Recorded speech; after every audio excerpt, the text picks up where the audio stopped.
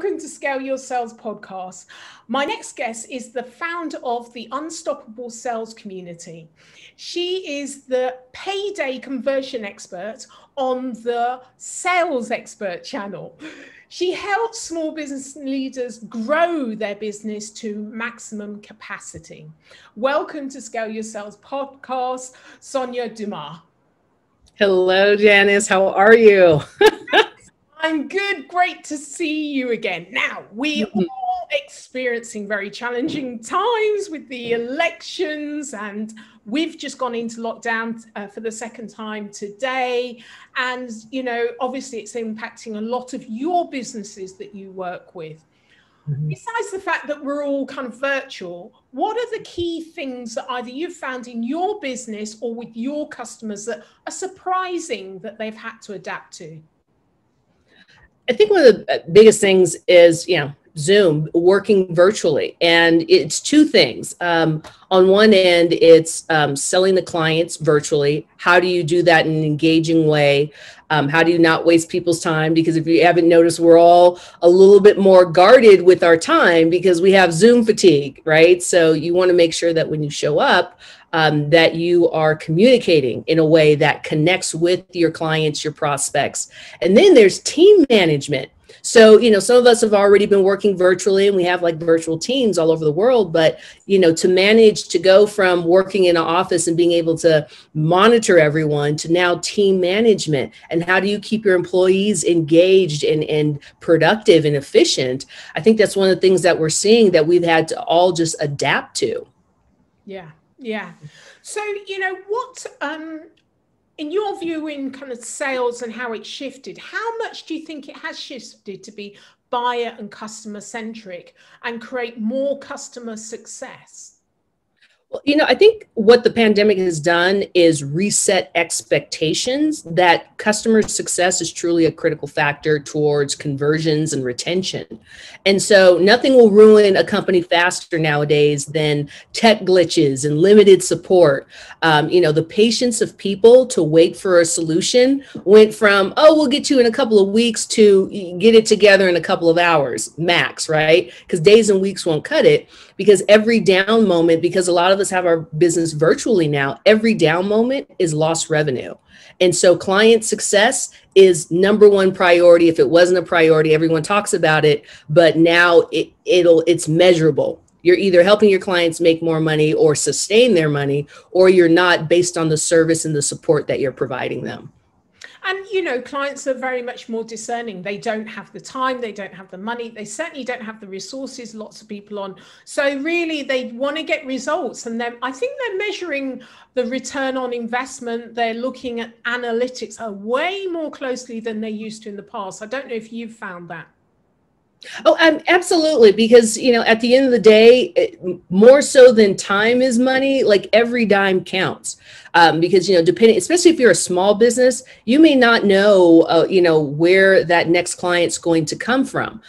Because, it's not only just, the business having to attract more clients, it's your clients are going through issues. Maybe their business is struggling, maybe their cash flow has been constricted. And so they want to make sure that every dime they spend is going towards the highest ROI. And it's not I think that's a good thing, because, it's enough with the, having to vet through multiple competitors. We've all done this. We've hired someone to do something, and now we have to hire somebody else to fix what that person did and get us back to where we wanted to go. So we've spent double, triple the money. A lot of us don't have that bandwidth to say, oh, let's just experiment with a couple of vendors. It's like, what can you do? What's your results? Let me see your analytics. What have you done for customers that's on a consistent basis? And I think what people also need to realize is we're all interested in consistency and sustainability. The company that says, oh, we can give you 100% or 80%. Well, can you do that consistently? Because I'd rather go with a company that can give me a consistent 10% than the one-off that shoots 80%. And then we spend the next 6 months explaining why we haven't hit that number again. Yeah. Yeah. So what practical strategies could you offer? I don't know if you can hear fireworks in the background. It's November the 5th. So we'll just have to work with it. We're recording on November the 5th and all these fireworks are going off. So excuse me. So, what practical strategies could you offer to enable buyers to buy and also to build long-term relationships with their customers? I think one of the easiest and honestly most avoided but highly effective strategy is to educate. Like, we all assume just because we can all, access Google and get all the information we want. How many of us actually deep dive into doing in-depth research over days and weeks, right? We want to be able to go to that one page, get all my answers. Okay, yes, I can make a decision and move on. And so going back to the time constriction that we're all under, I think your buyers, one of the best things businesses, small, medium, large, can do is educate people about your service through your websites, through your social channels, your podcasts. Education is cash. Because if you can educate, whoever does the best job at educating their clients, educating their prospects about what they do and what they offer, they're going to win the most profitable business possible. Because people are going to say, this one's educating me and this one's just talking about prices and features. And so, since a lot of us want to get our answers quickly, the business that can answer the questions the best and the fastest will win. Yeah. In my opinion. Tell me more about payday conversion. Oh, Payday Conversations. Conversations. Yeah, that's what we're having today. We're having so much fun. Payday Conversations. So Payday Conversations is a term I've coined, and it's really a behavioral sales strategy. And the whole idea is to activate three things: confidence, curiosity, and conversions. And the idea is, what's the fastest way that you can invite trust and open opportunities to move the buyer's journey forward? And the first thing, when I talk about confidence, it's one, the salesperson being confident in what they have to offer.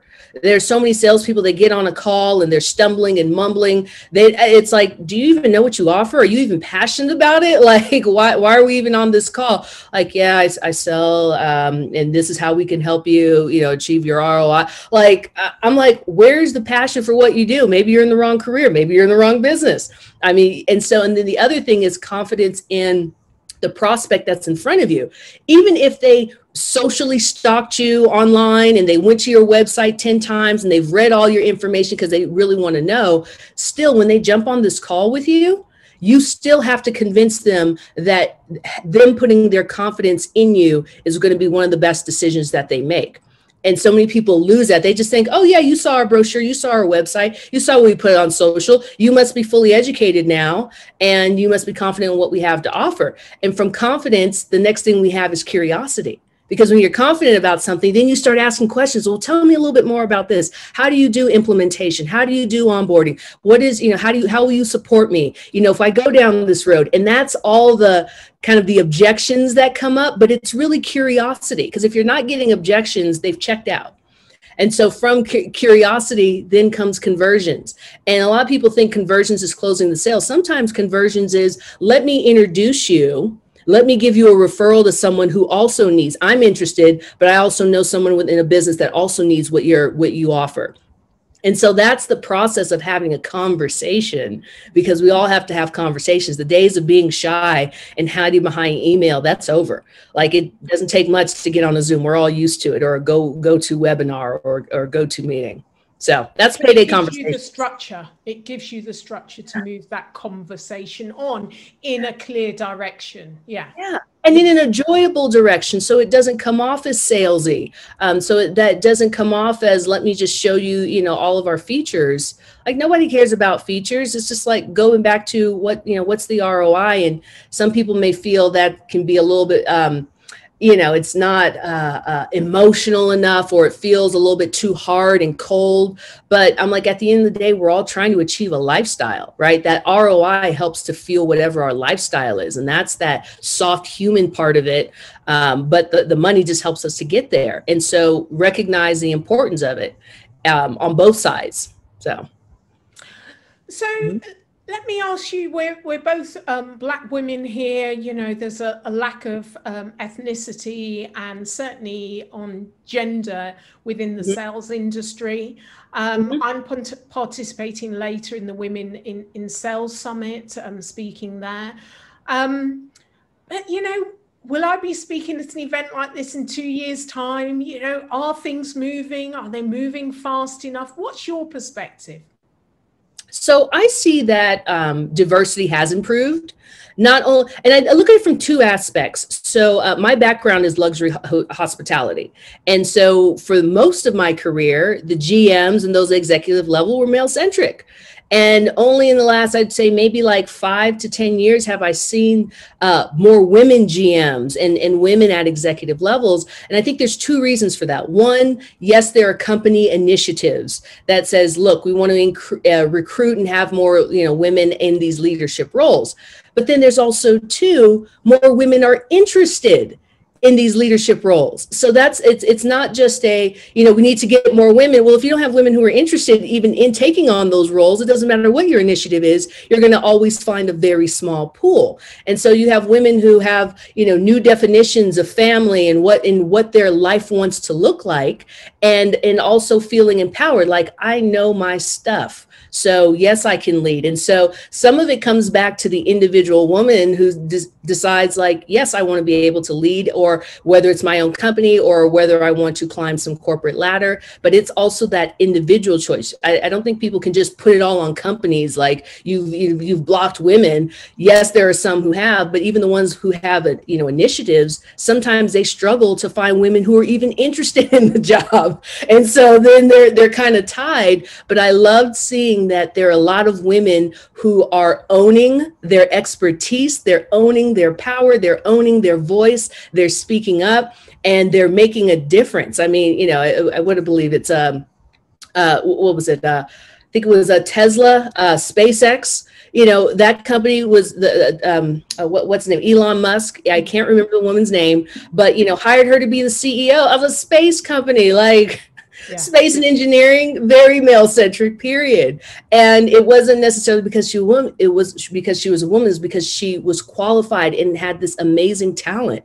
And so I think one of the things we are going to see more ladies take over leadership roles. Like I said, whether it's starting their own company or interdivision, but it's going to be fascinating and beautiful. And I think being able to encourage other women to, hey, find your voice, find your expertise. Because I think some of the hesitation comes from not knowing you personally. If you don't know what you have to offer, you're going to stumble and bumble, and no one's going to have confidence. Going back to Payday Conversations apply to your career. If someone doesn't have confidence in what you communicate about yourself, they're not going to be curious to know what else can you do for me, and they're not going to convert you into the next VP, the next executive. So Payday Conversation is not about only your clients; it's also about you and your career. Yeah. I I do get that. You've got to be confident in your own abilities. But I think that, I remember in the 1990s, I was part of the African Caribbean Finance Forum. We went to companies and was asking them about their recruitment processes. And they were saying, oh, we have these jobs, but, Black people or women don't apply for them. I said, okay, well, if you come to the table and sponsor this event, we put on a careers fair, and we did.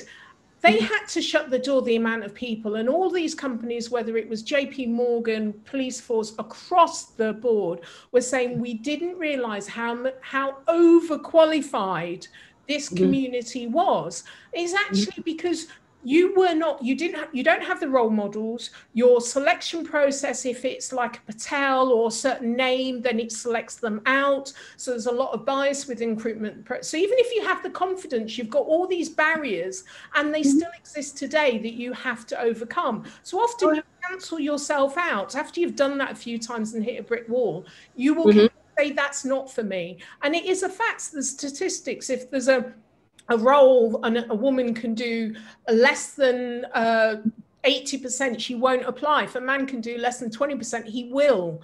But it's the difference, in sales, they talk about crushing targets, hunter, all of these things. That doesn't appeal to women. So it can be systemic in that people will not put themselves forward, or they're not confident enough because of all of those barriers that are put up in the way. So, you know, I think that women have got to be so ballsy now, you know, and not ask permission.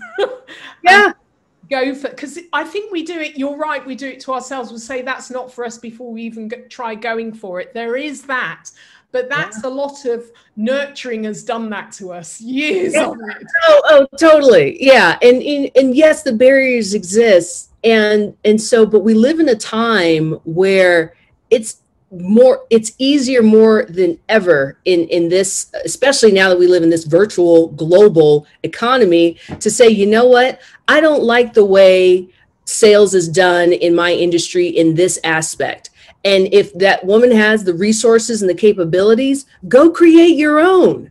That's the beautiful thing. It's just like, we don't, and because one of the things I'm seeing is you're going to see, you know, a lot of executives that will be laid off, that will no longer be efficient in this new virtual model, but they have all this talent and consulting skills. It's like, okay, go create the model that you've been telling your leadership committee for the last 5 years. Go create the model that you know will help your clients, will help your industry.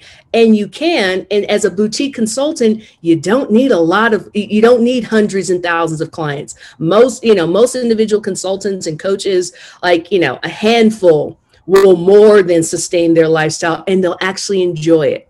And I think that's, instead of trying to, corporations are like big clunky elephants. It's hard to shift, you know, versus being a little bit more nimble like a cheetah. I think we're going to see the rise of the small business, the boutique consultant who serves a very specific niche. And if you can crush it in that little niche that you're in, well, like you're making impacts at a micro level. Like, you know, I honestly don't believe that, you know, there's too many people who have these goals of, I'm going to change the world.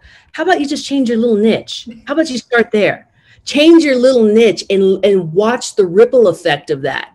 You know, we all can't be Mother Teresa. Like, there's only a handful. History shows that, right? All of human history shows there's only a handful of people who actually make big macro shifts. But how about you be that one that makes some micro shifts where you work, where you live?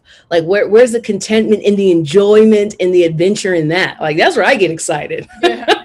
I think you're absolutely right. And, you know, we cannot forget that in the UK and the US is probably one of the most entrepreneurial environments.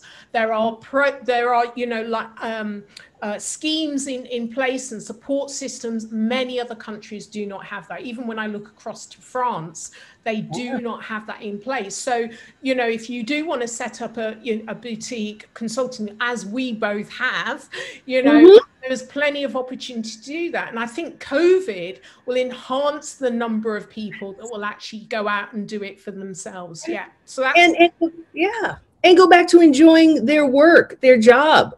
Like, so many of us have, you know, I look at the silver linings of COVID. Like, talk about like your sign, the universe telling you something. Hey, you have an opportunity. There's a window of time where you can build your company or build a company the way you've always wanted to see it. And, you know, to your point, yes, us women, we're more relationship driven. Like, I always look forward to partnerships and connecting with clients on a relational level. I'm not looking to see how much I can squeeze out of every client. It's like, gosh, how can I offer value? Because I know if I offer value, and I obviously price myself well. I think one of the other things that women do, that's if we, you know, do go into consulting, we're doing it at Walmart prices. It's like you weren't accepting those prices when you were working at your corporate job. Why all of a sudden would you go from 6 figures to let me be okay in this like low 5-figure zone and have my name on it? That doesn't make sense.